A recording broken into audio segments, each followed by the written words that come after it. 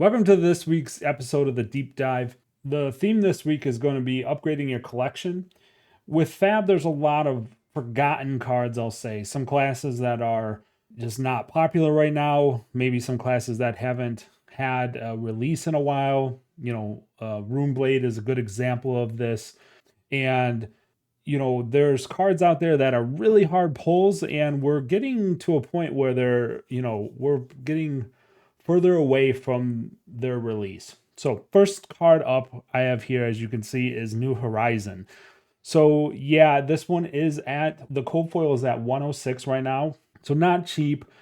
There's 23 listings. The past 7 days, you can see it did bumped up $13. So I would take a look and keep an eye on this one, right? It kind of piqued my interest when it was under $100. Now it's just above at 107. You might see it jump back down under 100, and the cold foil is a beautiful card, and I think it's a nice upgrade, right? This card since release, I remember, I'm an old timer, it was always 200 plus. So to see it hovering around 100 right now is kind of surprising. I know Lexi kind of left the hole, right? But I think we're seeing Riptide coming back. He's winning Pro Quest. So if you don't have this card, or if you have it in rainbow foil and kind of can do the swap where you sell your rainbow foil, pick up a cold foil, this one's kind of a nice collection pickup. Okay, so next card here, kind of the same idea. So the cold foil Ramparts of the Ramhead, beautiful card, awesome to have in the collection. Cold foil sitting at $41.99. You know what's interesting about this? The rainbow foil is $39.99. So, I mean, why not, right? Pick up this cold foil right now. It's not this card is not popular right now. It's not the de facto go-to for Guardian at all. So that's why you see this price.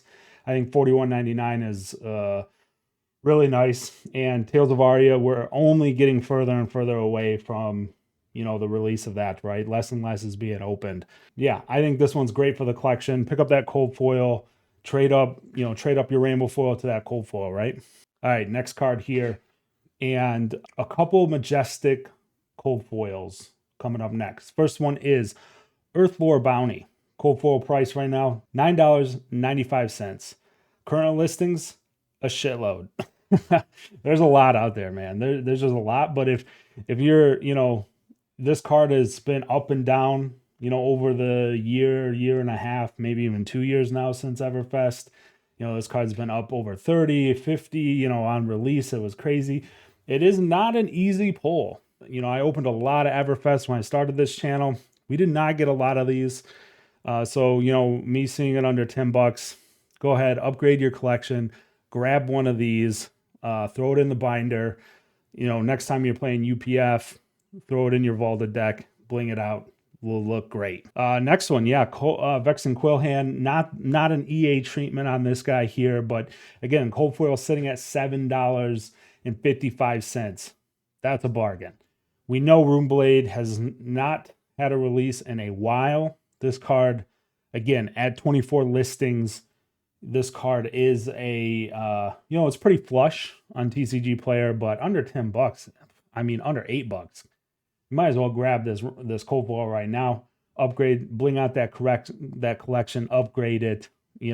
Might as well do it now while it's under 10, because when a Runeblade comes out, or if a Runeblade becomes like the hot meta item, this card will go up, and you might be regretting it then. All right, yeah, this one a little bit more pricey. Channel Lake Frigid Alt Art. You can see the little fox in the corner. That's dead giveaway.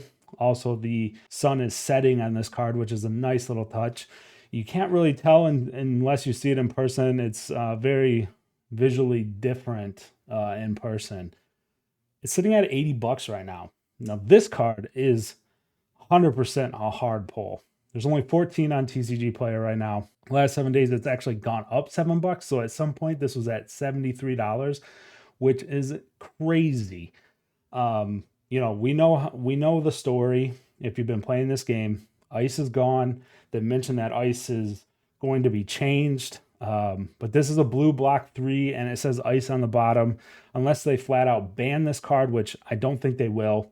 This card, it will be very easy to put into the new version of ice we get and kind of harken back to the olden days, I think. Also, beautiful card, 80 bucks. Definitely a collector's item. Maybe you just try to pick up one of these, not a full play set to play with them, which, that would get a little pricey. But just having one would be really nice. Actually, I'm thinking about picking one up at 80 bucks just because I do not have one. All right, and then the last card for this episode, the Bravo star of the show, the first Marvel hero before Marvel heroes were actual thing. This is just a cold foil version, not even the Marvel rarity.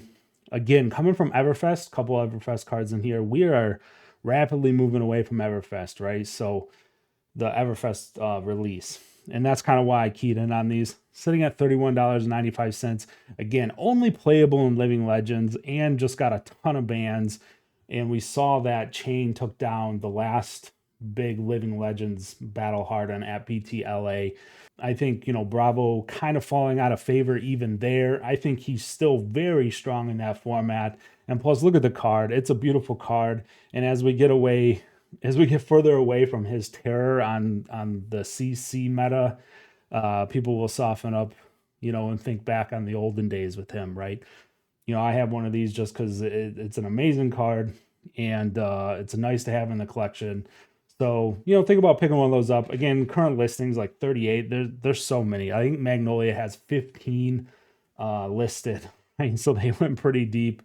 So this price isn't going to move for a while. But again, theme of the episode: go ahead and pick up some of those. Those bling out your collection. Pick up some of those forgotten cards that are hard pulls, right?